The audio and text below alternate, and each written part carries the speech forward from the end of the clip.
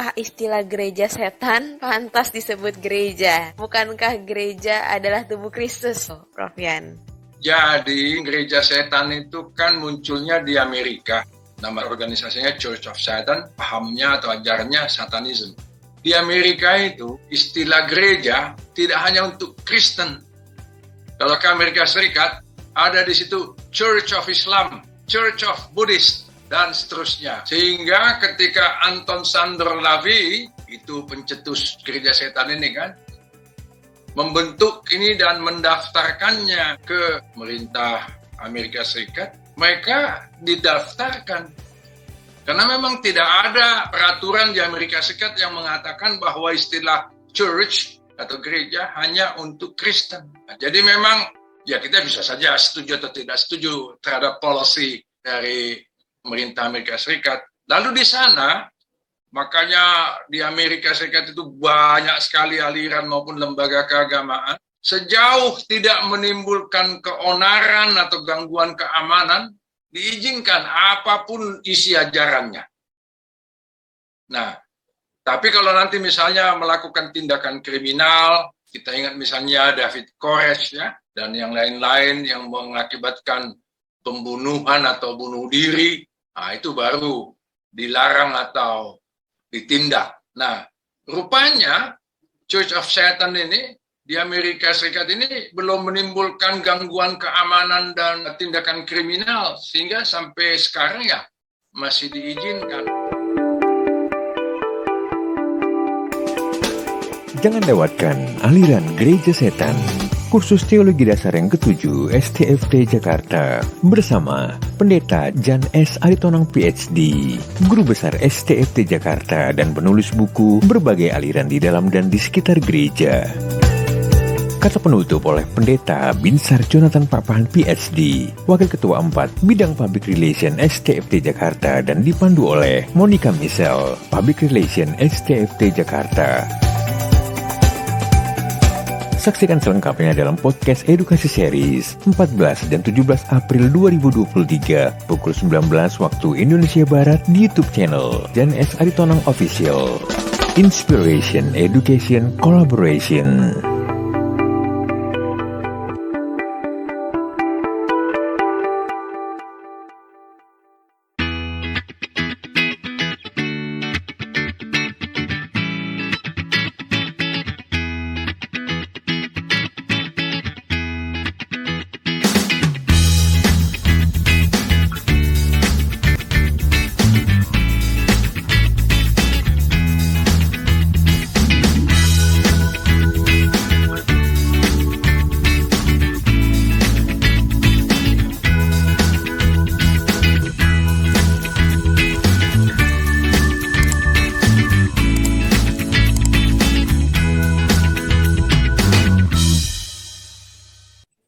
Jadi salah satu akar dan latar belakang gereja setan adalah paham spiritisme, kadang-kadang disebut spiritualisme, pemujaan atas roh-roh. Dan ini tentu sudah entah berapa ribu abad yang lalu ada ya. Di negeri kita juga banyak sekali kepercayaan dan praktek yang memuja roh. Itu tidak hanya animisme, tapi secara umum disebut spiritisme. Nah, nanti kita akan lihat bahwa dalam gereja setan ini juga ada pemujaan atas roh-roh itu. Jadi sebelum satanisme ini melembaga menjadi gereja setan di Amerika, sudah ada pelopornya yang justru memperlihatkan hubungan antara spiritisme atau spiritualisme dengan satanisme. Antara lain itu adalah Aleister Crowley. Nah, Aleister Crowley ini katakanlah semacam pelopor atau perintis satanisme. Ia banyak menulis dan memberi pengajaran tentang seluk-beluk sihir. Lalu dia banyak menentang ajaran gereja Kristen. Sepanjang hidupnya hingga akhir hidupnya dia banyak berada di lingkungan okultisme. Nah, okultisme itu kajian atau kepercayaan terhadap kekuatan gaib. Kalau di Indonesia Ini ada satu buku yang ditulis oleh kawan kita, Pendeta Rudolf Pasaribu, Okultisme. Tentu selain ini ada banyak lagi buku lain ya. Ada Pak Pontius Takaliwang dari Batu Malang juga menulis buku tentang okultisme. Nah, kelompok-kelompok spiritisme atau okultisme ini sampai sekarang banyak. Dan nanti kita akan lihat bahwa di lingkungan gereja setan ini, pemujaan terhadap roh itu atau minat terhadap okultisme itu juga besar.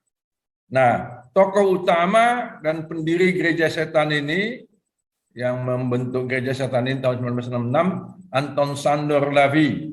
Nah, ini buku Duistere Secten en Zwarte Kunst. Di situ banyak dijelaskan seluk-beluk satanisme dan gereja setan ini. Kalau kita buka internet, ada cukup banyak website Church of Satan yang masih aktif. Itu berarti bahwa memang komunitas ini masih tetap ada ya, eksis dan berkegiatan. Jadi latar belakang atau alasan Anton Sandor Lavie membentuk ini adalah pengalamannya. Dia ini kan pemain musik, khususnya organ di sebuah nightclub yang bergabung dengan sebuah pasar malam. Lalu pada setiap Sabtu malam atau malam Minggu, dia melihat sejumlah pria menyaksikan striptis.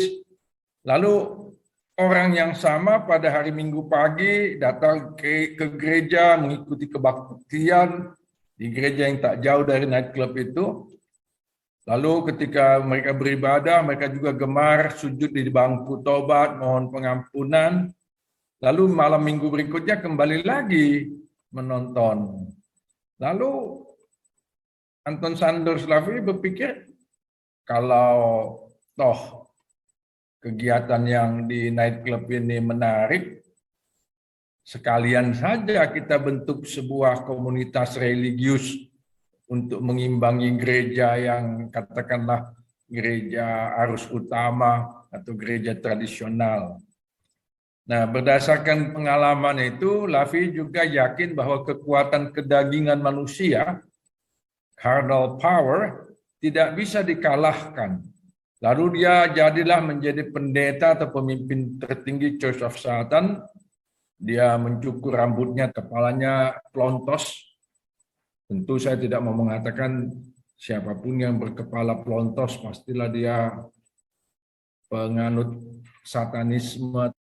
Dan kepala pelontos ini ada kaitannya dengan ritual penyembahan setan. Dan dengan kepala pelontos itu diyakini bahwa upaya memperoleh kekuatan gaib dan menyerahkan seluruh hidup kepada setan itu menjadi lebih lancar. Oke, slide berikut, Monica. Nah, gereja setan ini juga sama seperti gereja pada umumnya, gereja Kristen punya struktur organisasi, punya pengerja lah katakan atau aktivis, pejabat, ada Dewan 9 dengan anggota-anggotanya itu disebut juga Imamat Mendes, lalu ada juga Order atau Ordo of Trapezoid dan sebagainya. Wilayah pelayanan atau wilayah kegiatan mereka juga diatur yang disebut dengan istilah groto, yang setiap groto itu dipimpin oleh yang disebut master groto. Nah, yang menarik juga, orang yang mau bergabung menjadi anggota gereja setan ini harus membayar $100 Amerika. Lalu Lavie juga menyusun Satanic Bible. Salah satu isinya, Bapak Ibu Saudara-saudara sudah sempat mengintip isi dari Satanic Bible itu. Ada di situ Book of Lucifer. Nanti kita akan lihat lebih lanjut siapa itu yang dimaksud dengan Lucifer. Nah, nanti kepemimpinan dan karisma Lavie tidak hanya berhenti di organisasi yang dia bentuk itu, ada juga anak perempuannya yang menjadi pewarisnya. Carla Lavie juga mendirikan gereja yang berpaham satanisme. Kalau LaVey membentuk Church of Satan itu tahun 1966, Putri ini tahun 99. Malah dia menyebut nama lembaga atau gereja atau komunitas yang dia pimpin itu the first Satanic Church. Dengan kata lain, sekarang gereja setan ini sudah melembaga menjadi beberapa, tidak hanya satu organisasi atau lembaga, sudah sama seperti banyak gereja yang beranak pinak ya. Baik, salah satu katakanlah perkembangan atau pecahan dari gereja setan ini adalah Temple of Set. Sama seperti tiap gereja kalau dia berbiak, selalu ada pemimpinnya yang baru dan selalu ada perbedaan antara gereja yang baru itu dengan yang ditinggalkan. Ada salah seorang tokoh yang semula aktivis di Church of Satan, Michael Aquino, lalu dia membentuk Temple of Set. Perbedaan di antara yang dipimpin oleh Anton LaVey dengan yang dipimpin oleh Aquino adalah pemahaman tentang setan itu sendiri. Kalau bagi LaVey itu hanya sebuah simbol atau role model saja. Tetapi menurut Aquino lebih dari itu. Setan adalah makhluk yang memiliki kepribadian yang harus disembah. Lalu Temple of Set ini yang dibentuk tahun 1975 punya semangat untuk memurnikan gereja setan. Menurut dia, gereja setan yang dipimpin oleh Anton Szandor LaVey sudah tidak murni lagi. Kan begitu biasanya kalau ada skisma atau pembiakan di gereja-gereja, gereja yang memisahkan diri itu kan selalu merasa diri lebih murni. Dengan demikian, kita bisa melihat bahwa ada perbedaan antara Temple of Set dengan Church of Satan, terutama pada pengelompokan anggota gerejanya. Jadi kalau di gereja setan tidak ada pengelompokan yang ketat, di Temple of Set ada Setian, ada Adept, ada pendeta pria dan wanita, dan seterusnya. Ada magistra atau magister kuil, ada magus atau maga, ada ipsissimus. Itu ipsissimus itu laki-laki, ipsissima perempuan. Nah inilah antara lain contoh dari gereja setan yang sudah berkembang menjadi beberapa organisasi. Nah, lalu bagaimanakah Church of Satan dan Temple of Set itu memahami setan? Tadi sudah kita lihat, Church of Satan menganggap setan hanya sebagai role model. Sedangkan Temple of Set menganggap bahwa setan adalah sebuah kepribadian yang harus disembah. Nah, pengertian setan hanya sebagai role model ini yang dianut oleh Church of Satan selaras dengan pemahaman atau analisis Walter Wink. Salah satu literaturnya menjadi bahan acuan untuk pokok kita ini ya. Satan did not begin life as an idea, but an experience. Nah, ini nanti juga penting kita pikirkan, setan itu apakah betul-betul ada? Dan apakah dia pernah kita alami? Apakah setan atau iblis hanya gagasan atau memang sungguh-sungguh ada? Kalau kita baca di Alkitab, kan setan atau iblis itu memang sungguh-sungguh ada. Tuhan pun mengakui adanya itu. Jadi bukan hanya gagasan atau ide, tapi betul-betul. Cuma memang di Alkitab kemudian kan kita membaca bahwa Tuhan membuat pembedaan antara terang dan gelap. Yang sisi terang itu diwakili atau diperlihatkan oleh malaikat, sedangkan sisi gelap oleh setan dan katakanlah pasukan-pasukannya. yang nanti kita juga akan lihat sebenarnya bermula dari malaikat yang kemudian dihukum oleh Tuhan. Nanti kita baca misalnya di Yesaya 14 ya. Jadi kita di sini melihat bahwa ternyata tidak hanya ada satu pandangan yang terkait dengan setan. Saya kurang tahu di gereja kita kalau tiba pada pelajaran tentang setan atau iblis, iblis itu penghulunya setan atau kepalanya setan. Kalau di Alkitab kita pakai huruf besar itu iblis. Kalau setan pakai S kecil. Jadi untuk memperlihatkan bahwa iblis itu mbahnya atau panglimanya atau kepalanya. Nah, kalau kita baca Alkitab, ada macam-macam gambaran juga tentang setan atau iblis. Nah, di lingkungan satanisme juga demikian.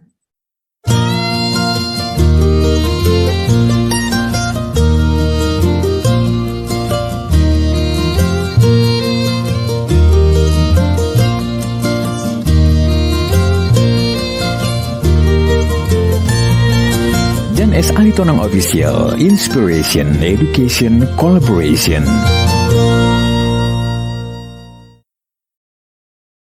Doktrinnya. Nah, ini doktrin gereja setan ini, 9 Satanic Statements, ada di Satanic Bible. Pokoknya setan itu memperlihatkan atau menampilkan atau juga menyukai. Misalnya nomor 5 ini. Satan represents vengeance instead of turning the other cheek. Kan Tuhan Yesus bilang, kalau pipi kananmu ditempeleng, kasih pipi kirimu. Itu di khotbah di bukit ya.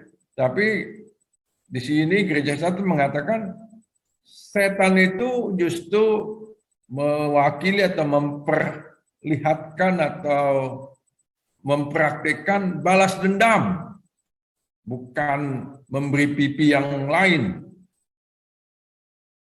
Dan seterusnya kita bisa lihat di sini doktrin pokok dari gereja setan yang dihimpun atau dirumuskan dalam apa yang mereka sebut the 9 Satanic Statements. Baik, sekarang slides berikut tentang katakanlah semacam kode etik gereja setan. 11 Satanic Rules. Ada 11 poin ini.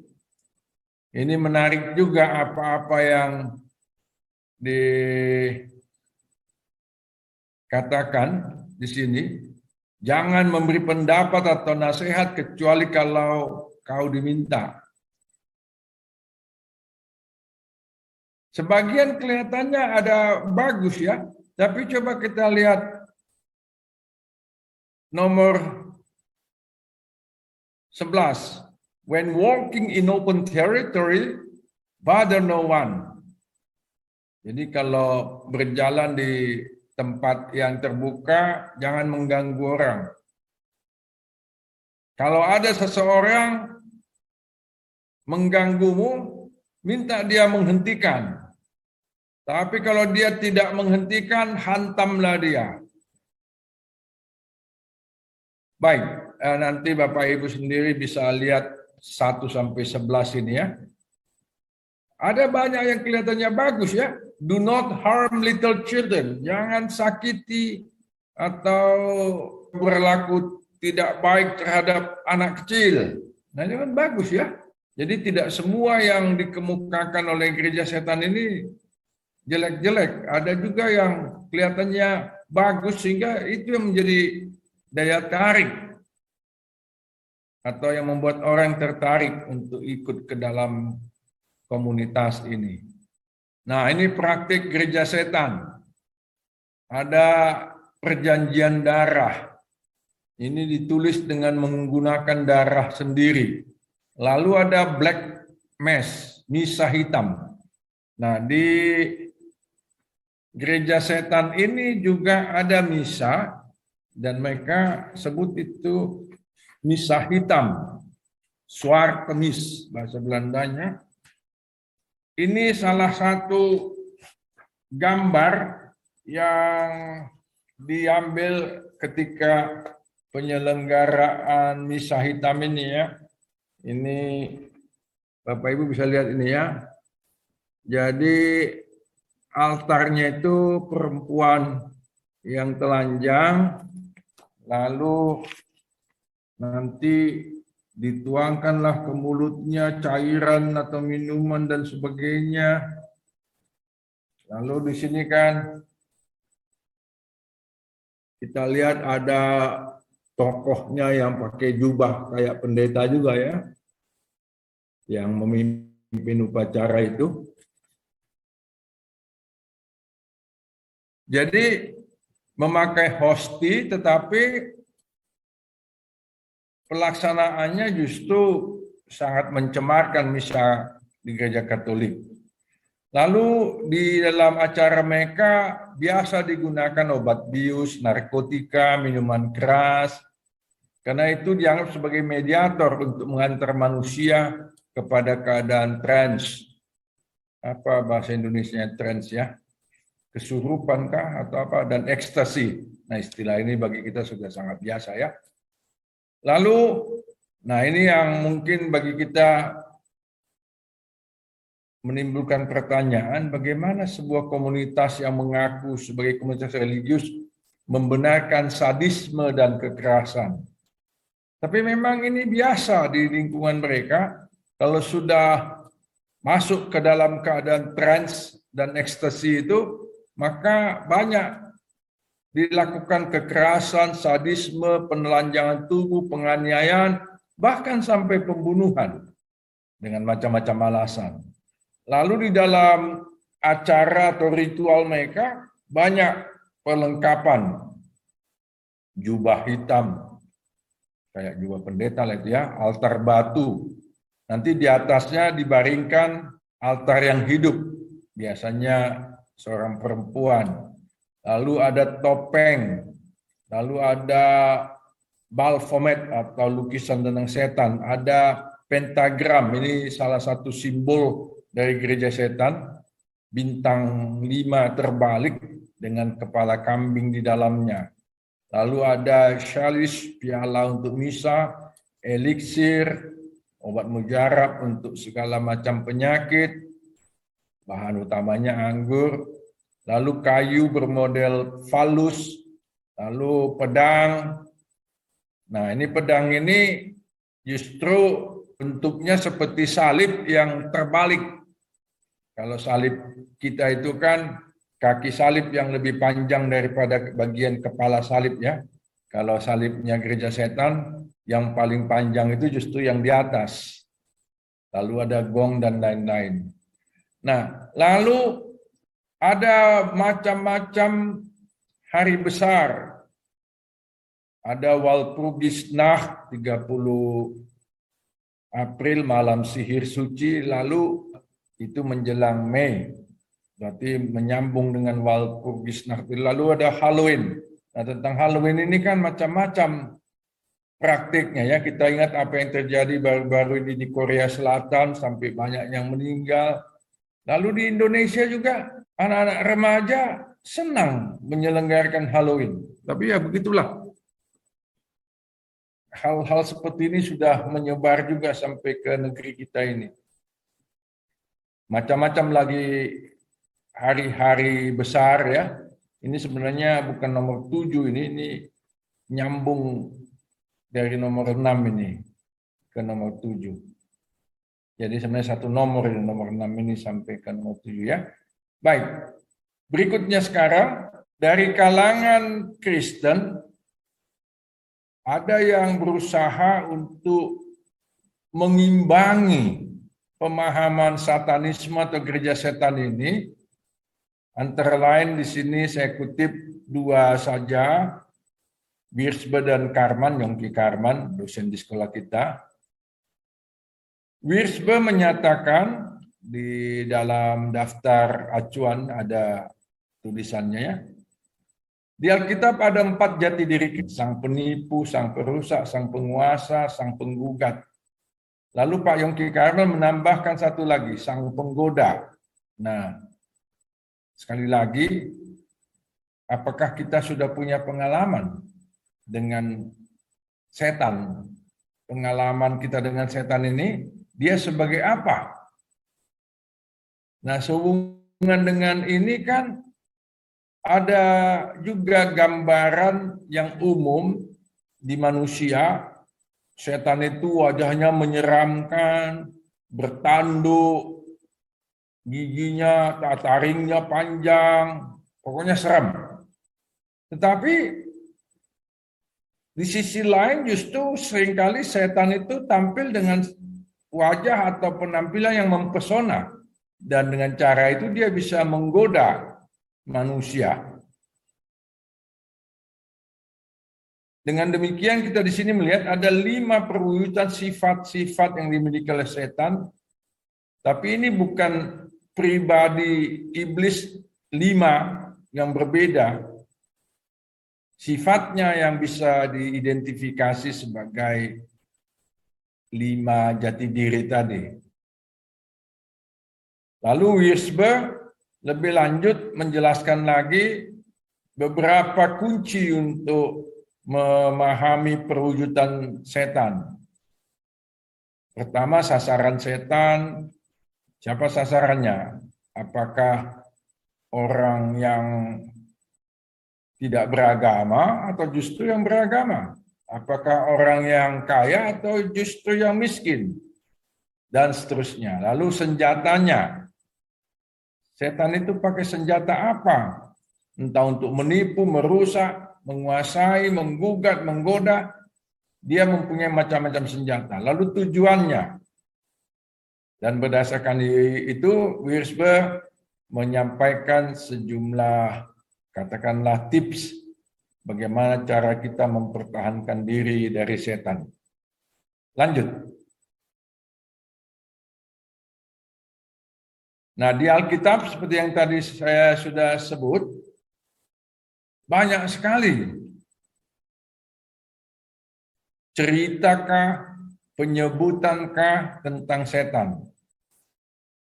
Nah, khusus di Perjanjian Lama, dalam bagian-bagian tulisan yang berasal dari masa sesudah pembuangan, tapi ada juga yang dari masa sebelum pembuangan.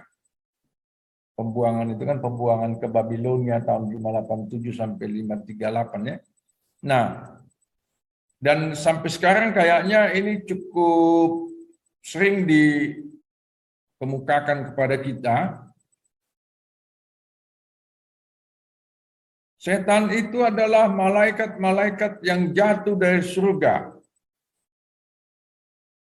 Dan kejatuhan malaikat tersebut sering dikaitkan dengan mitologi Lucifer yang diusir oleh Tuhan dari surga bersama dengan pengikutnya. Nanti kita akan membaca itu dalam Yesaya 14 ya. Lalu di Perjanjian Baru dikemukakan bahwa sebagian malaikat adalah pengikut iblis. Di dalam Alkitab ada macam-macam istilah untuk setan atau iblis ini. Ada daimonion, berasal dari bahasa Yunani ini, dalam bahasa Inggris menjadi demon. Dalam bahasa Indonesia, termasuk di Alkitab, dia diterjemahkan dengan ungkapan roh jahat. Lalu ada diabolos. Ini sejajar dengan Satanas. Terjemahan Indonesia tidak membedakan kedua kata ini, diabolos dan Satanas. Kalau di bahasa Inggris, diabolos menjadi devil dan Satanas menjadi Satan. Nah, di Perjanjian Lama, Satanas dalam arti tertentu sepadan dengan kata Hasatan dari bahasa Ibrani ya. Dan di dalam PL memiliki arti pendakwah. Selanjutnya slide berikut. Nah, di Alkitab juga ada cerita tentang atau mitologi tentang perkawinan malaikat dengan manusia. Dan ini juga kita temukan dalam mitologi tentang setan. Jadi ada perkawinan, mungkin juga bisa disebut perzinahan ya, antara malaikat, anak-anak Allah dengan manusia. Ini juga kita sering temukan dalam kitab-kitab yang masuk kategori pseudepigrafa. Ini dianggap juga sebagai tulisan-tulisan religius yang berbobot tapi tidak masuk ke Alkitab kita.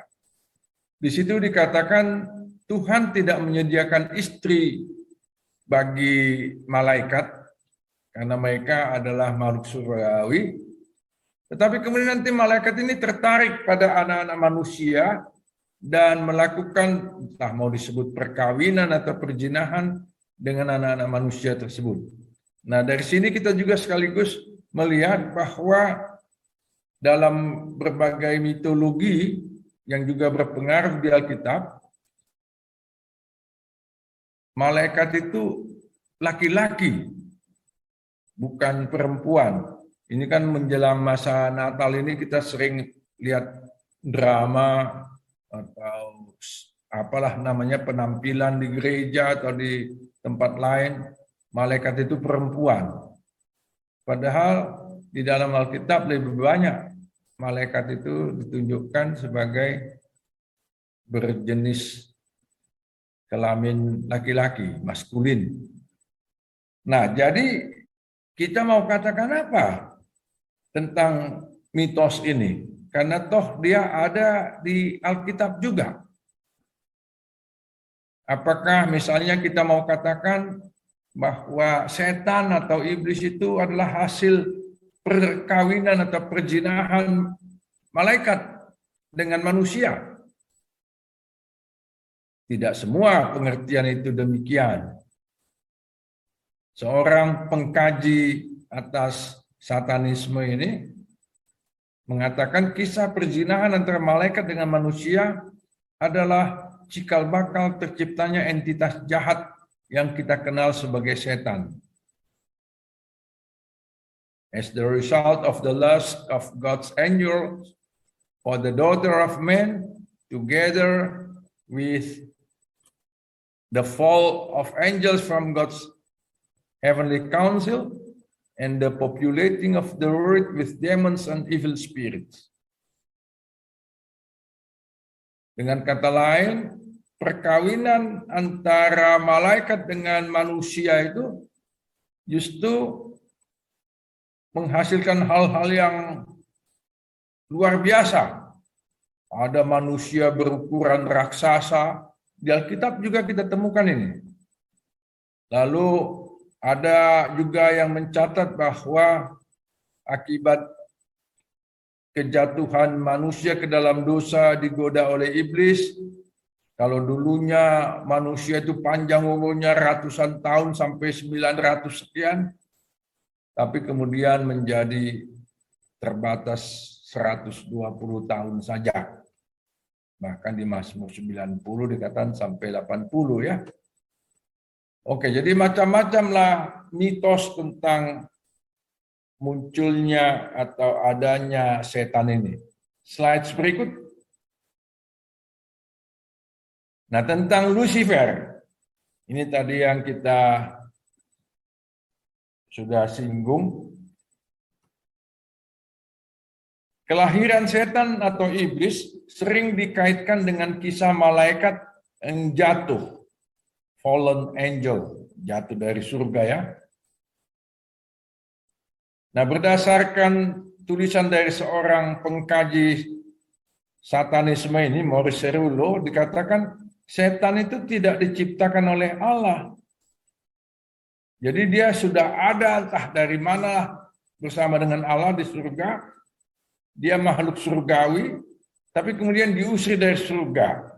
Dan dia bernama Lucifer, yang dalam bahasa Inggris bisa berarti light bearer, pembawa atau pemberi terang atau cahaya. Nah, ngomong-ngomong, Bapak, Ibu, Saudara-saudara, kalau ada yang pergi ke Belanda dan sebagainya, mau minta atau mau beli korek api, di sana korek api itu namanya lucifer. Karena fungsinya ya ini, light bearer ini. Jadi kalau kita beli korek api yang dari kayu itu, di Belanda itu namanya lucifer. Lucifer dikatakan adalah malaikat yang diberkati keindahan yang luar biasa dan memiliki pangkat tertinggi di antara para malaikat yang lain. Oleh karena itu Lucifer terobsesi untuk menjatuhkan Allah dari tahtanya dan membuat dirinya sebagai objek penyembahan. Karena itulah dia nanti dihukum oleh Tuhan. Karena dia ingin menjadi objek penyembahan, dia merekrut beberapa malaikat untuk menjatuhkan Allah dari tahtanya. Tetapi Lucifer kalah dalam peperangan ilahi tersebut, lalu dia diusir oleh Tuhan keluar. Malaikat yang diusir tersebut beserta pengikutnya menjadi iblis atau setan yang selalu menentang Allah. Nah, dalam Yesaya 14 ayat 12, mari kita baca sebentar. Ada di antara Bapak Ibu yang suka membaca Yesaya 14 ayat 12, entah dari Alkitab yang tercetak ataupun yang ada di HP suci kita ini. Coba Monica bisa minta seorang di antara peserta membaca Yesaya 14 ayat 12. Mungkin Bu Febrima mungkin boleh. Boleh saya bacakan? Silakan. Yesaya 14 ayat 12. Wah, engkau sudah jatuh dari langit, hai bintang timur putra fajar. Engkau sudah dipecahkan dan jatuh ke bumi, hai yang mengalahkan bangsa-bangsa. Ya, jadi kalau kita membaca Alkitab berbahasa Belanda atau Latin, ayat 12 dari Yesaya 14 ini, bintang timur itu ditulis di situ Lucifer. Nah, nanti bintang timur putra fajar ini kita bisa lihat juga di beberapa nas lain di Alkitab, antara lain di kitab Wahyu. Mari kita lihat slide berikut. Nah, Pak Yongki kurang setuju terhadap legenda tentang ada malaikat yang memberontak mau mengambil alih tahta Allah lalu diusir. Menurut Pak Yongki, secara tata bahasa, Lucifer ini berasal dari kata luk, artinya terang, dan fer artinya pembawa. Sehingga secara harfiah artinya adalah pembawa terang. Dalam astrologi Romawi, ilmu perbintangan Romawi, Lucifer menunjuk pada planet Venus yang menampakkan cahaya unik sekejap. Dan itu sering dikaitkan dengan malaikat yang jatuh. Jadi kalau ada entah meteor atau apapun itu yang jatuh dari planet, lalu ada yang memahami, wah ini ada malaikat yang jatuh. Lalu istilah Lucifer juga sering disematkan kepada Raja Babel. Dan yang cukup unik, di 2 Petrus 1 ayat 19 disebut kata Lucifer yang disematkan kepada Yesus Kristus. Nah ini bagaimana lagi nih? Sampai fajar menyingsing dan bintang timur terbit bersinar di hatimu. Itu kita baca di 2 Petrus. Dan bintang timur itu menunjuk kepada Tuhan Yesus. Padahal itu adalah terjemahan dari istilah Lucifer. Nah ini juga kita temukan dalam 2 ayat di kitab Wahyu. Karena itu Pak Yongki Karban bilang cerita tentang Lucifer ini nggak usah terlalu kita jadikan patokan lah untuk memahami apa dan bagaimana iblis, sebab istilah Lucifer itu bisa menunjuk ke macam-macam, bahkan juga menunjuk kepada Tuhan Yesus. Saya mengingat dulu waktu di sekolah minggu atau di katekisasi, pokoknya yang namanya Lucifer itu iblis atau setan. Ternyata di Alkitab tidak hanya untuk setan, nama itu digunakan. Dan di dalam kehidupan sehari-hari, seperti saya sebut tadi, di Eropa, orang memahami Lucifer itu justru korek api. Baik, kita lanjut. Nah, setelah kita sedikit banyak mempelajari satanisme dan gereja setan, tentu kita bisa saja berkata, kita tolak satanisme, kita tolak gereja setan, kita tolak spiritisme dan okultisme. Boleh saja kita bilang begitu ya.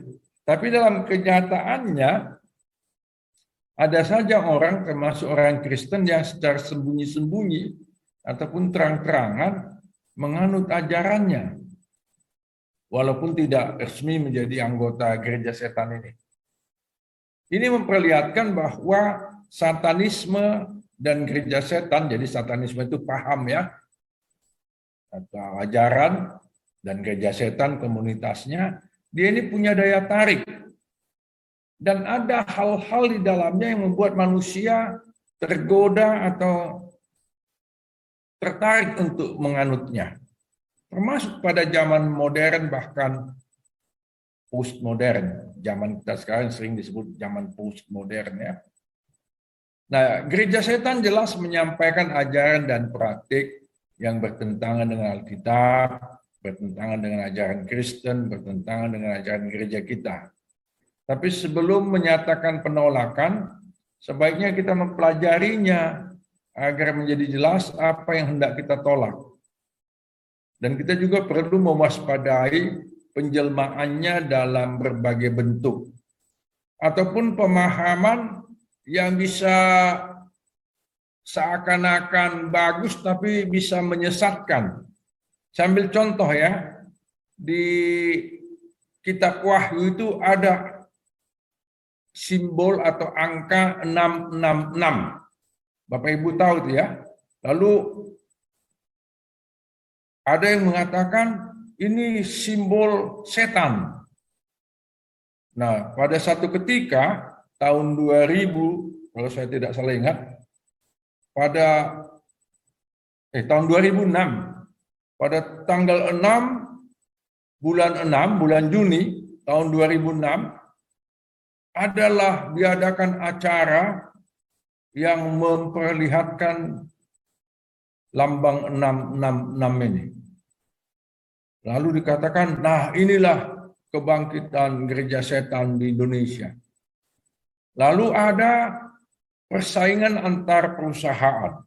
Saya masih ingat ada sebuah sabun mandi merek, saya nggak usah sebut namanya ya.